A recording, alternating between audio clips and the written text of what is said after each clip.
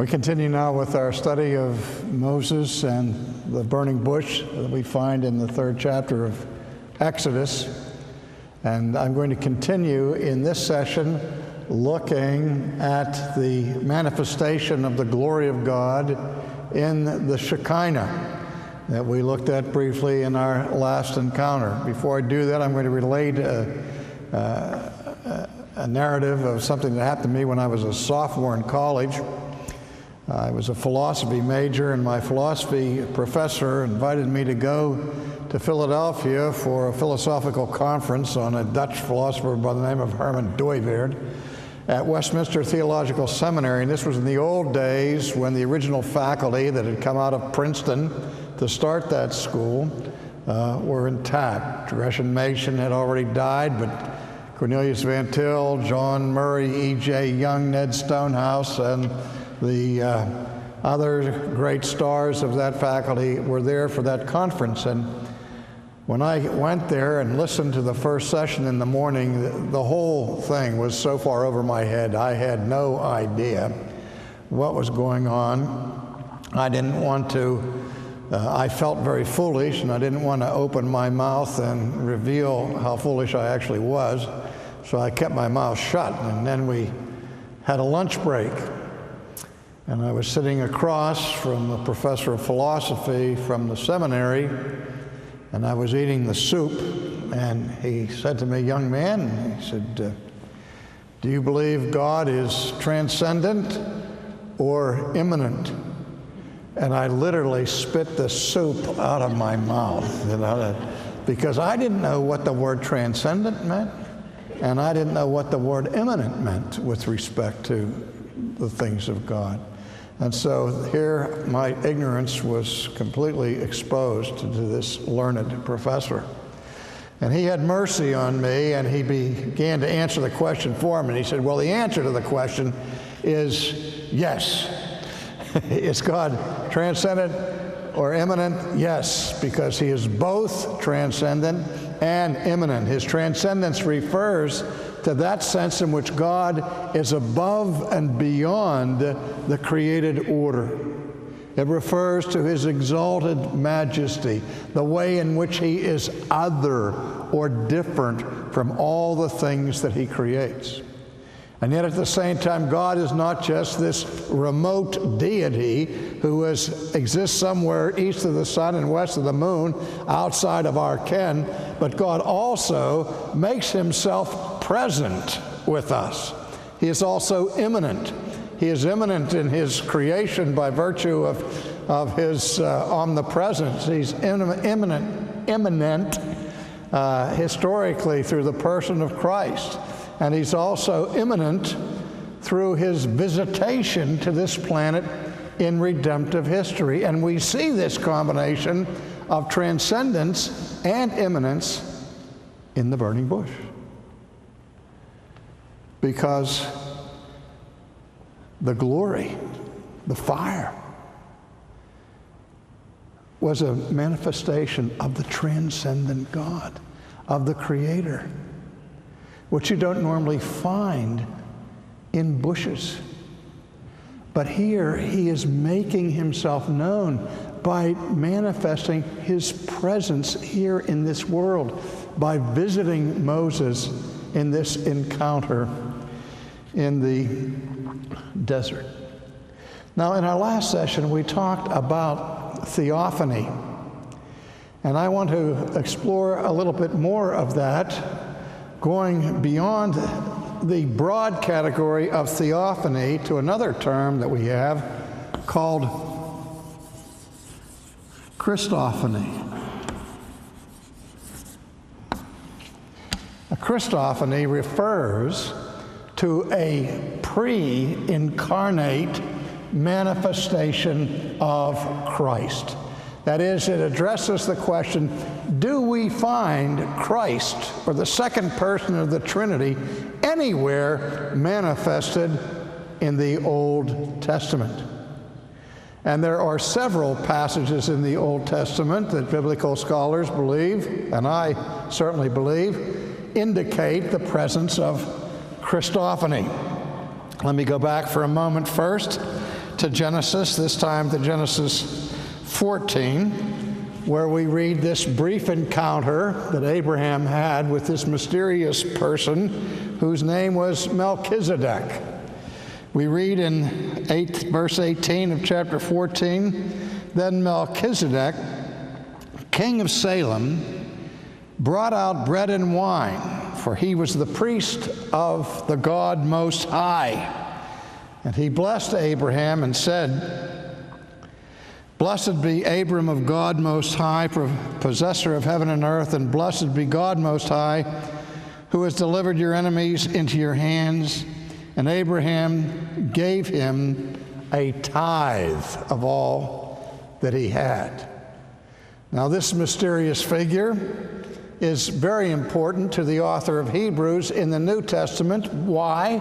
Because the Bible teaches that Jesus is not only our king after the line of David, but he is now entered into the heavenly Holy of Holies as our great high priest. And so people raise the question, how can he be a king and a priest? The Davidic king has to come from the tribe of Judah. And Jesus did come from the tribe of Judah. But the priests came through what tribe? The tribe of Levi and Aaron. And so we speak of the Levitical priesthood or the Aaronic priesthood. And since Jesus did not come from that line, questions were arising as how he could legitimately be called the great high priest of his people.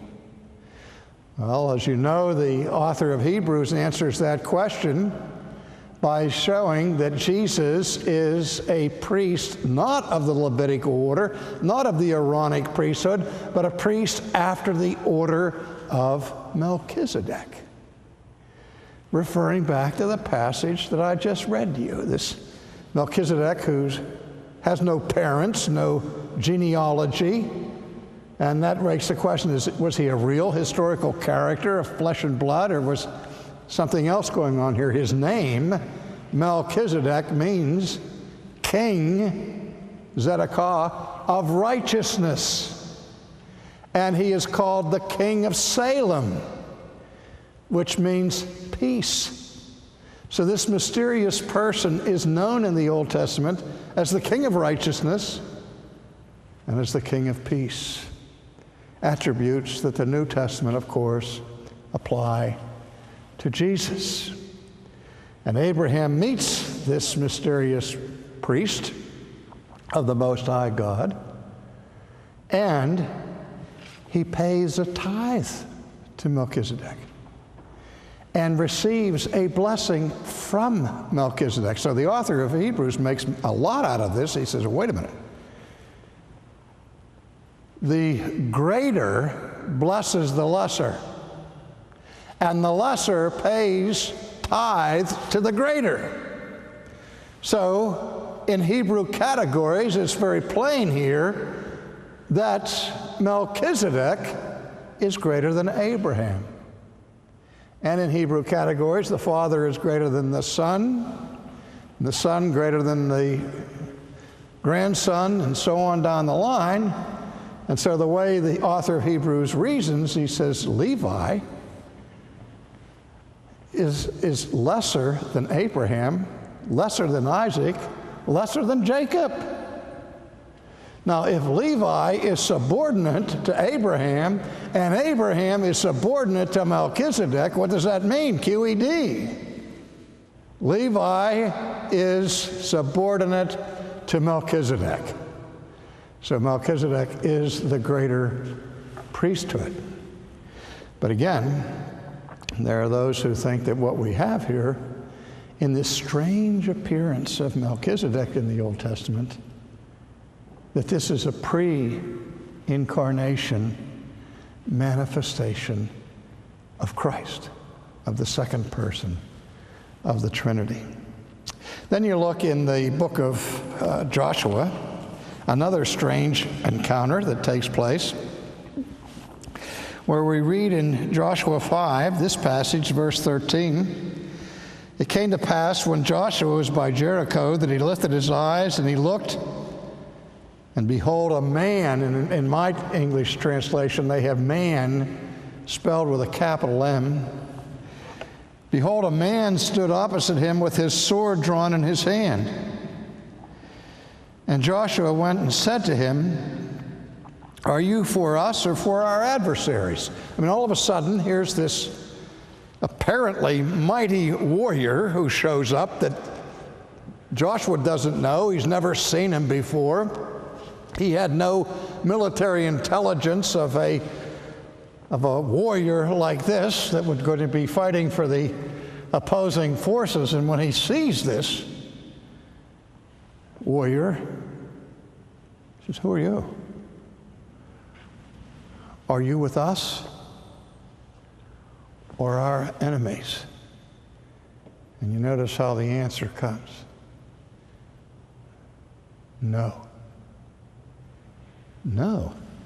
Now, wait a minute. You got to either be for us or for them. Who are you for? No. I'm not for either one of you. But rather, as commander, as the army of the Lord, or captain of the Lord of hosts, I have now come. I'm from God, Joshua. And what did Joshua do? Joshua fell on his face on the earth and worshiped and said, what does my Lord say to his servant? And then the commander of the Lord's army said to Joshua, take your sandal off your foot, for the place where you stand is holy. The same instructions that had been given to Moses at the burning bush, take off your shoes or off your feet, for the ground whereon you stand is holy ground. And this we see as a Christophany, the second person of the Trinity appearing in history before the conquest of the promised land. Or let's look further, if you will, in the book of Daniel, chapter 3.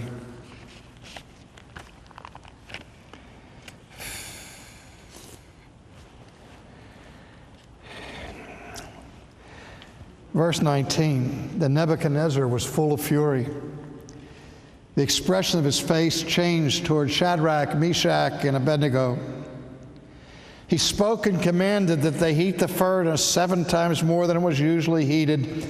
And he commanded certain mighty men of valor who were in his army to bind Shadrach, Meshach, and Abednego and cast them into the burning, fiery furnace.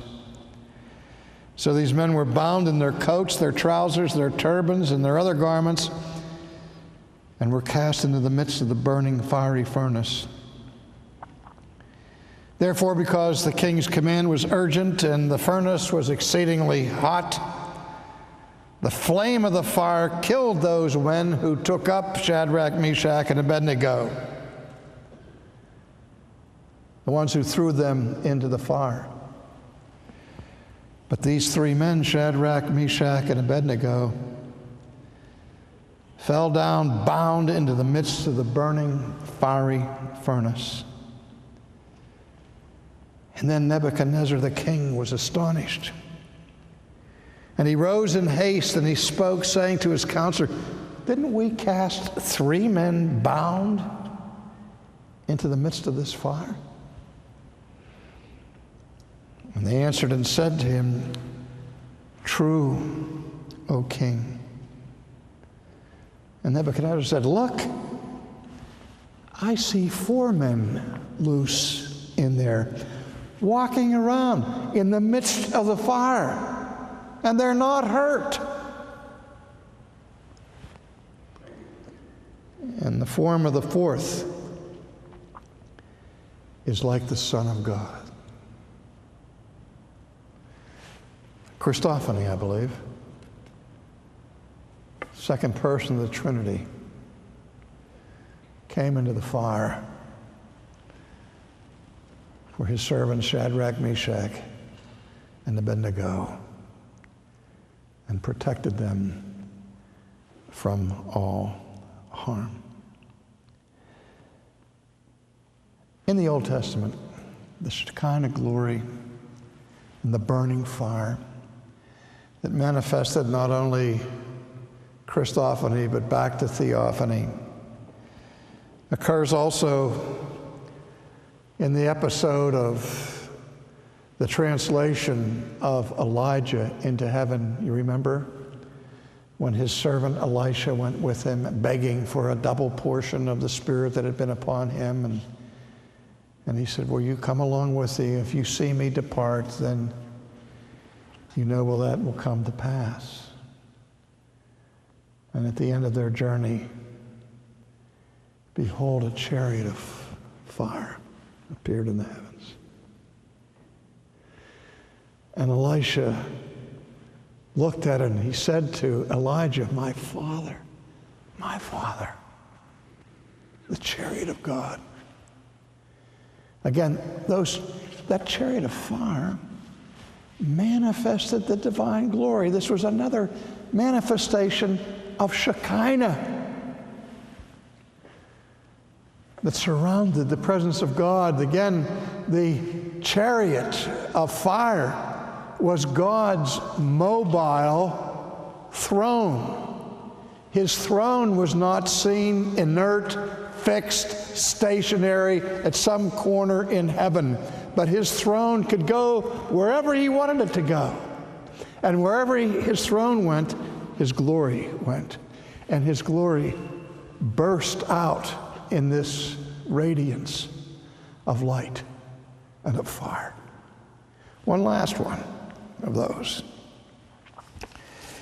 First chapter of Ezekiel, one of the most enigmatic chapters in all of the Bible,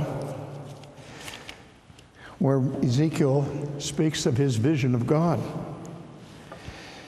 It came to pass in the 30th year, in the 4th month, and the 5th day of the month, as I was among the captains by the river Chebar, that the heavens were opened, and I saw visions of God. Verse 4, I looked, and behold, a whirlwind was coming out of the north, a great cloud with raging fire engulfing itself, and brightness was all around it, and radiating out of its midst like the color of amber out of the midst of the fire. The whirling Merkabah, the wheels within the wheels of Ezekiel. Again, a vision of that throne chariot of God surrounded with the splendor of his glory. The burning bush,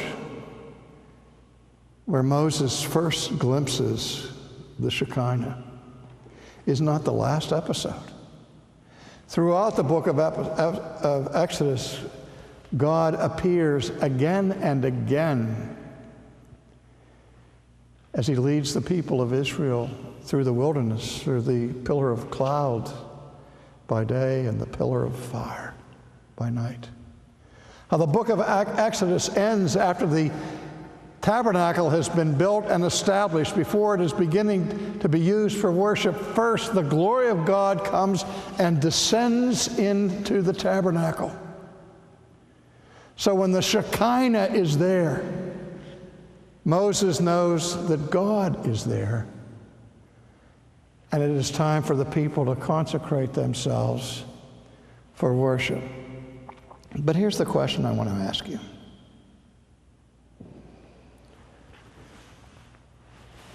We talk about this refulgence, this brilliant, radiant, blinding light that is so intense, the magnitude of the light so bright, it blinds people and causes fear and trembling to come on. Now my question for you is this: what causes this light? I said earlier that the glory of God comes from his inner being. The Shekinah is the outward manifestation of the inward majesty of God. But where does the light come from?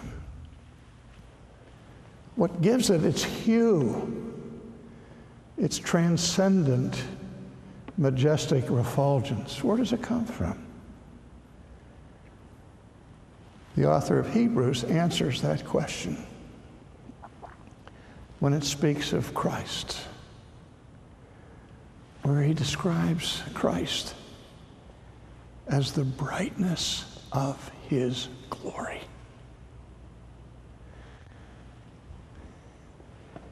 Christ is the visible manifestation of the eternal glory of God. Christ in his divine nature is the Shekinah. He's the one who lights up the light, who gives the fire and the flame to the glory of God. That's an incredible thing. You can think about that for the rest of your days and never begin to get to the bottom of the depths of that Christ is the brightness of his glory. That is to say, the logical conclusion would be if there is no Christ, if there is no second person of the Trinity, then there's only darkness in God. One last point, quickly. The Hellenistic Jewish philosopher Philo of Alexandria made a connection, not from a Christian viewpoint, but from a philosophical viewpoint, between the Greek concept of the idea of the Logos. The Logos was this transcendent principle that gave order and meaning and purpose to the universe in Greek philosophy. And Philo tied the concept of the Logos to the Shekinah. And then you come to the New Testament and the Gospel of John. In the beginning was the Word. The Word was with God. The Word was God. That the Logos is the godness of God,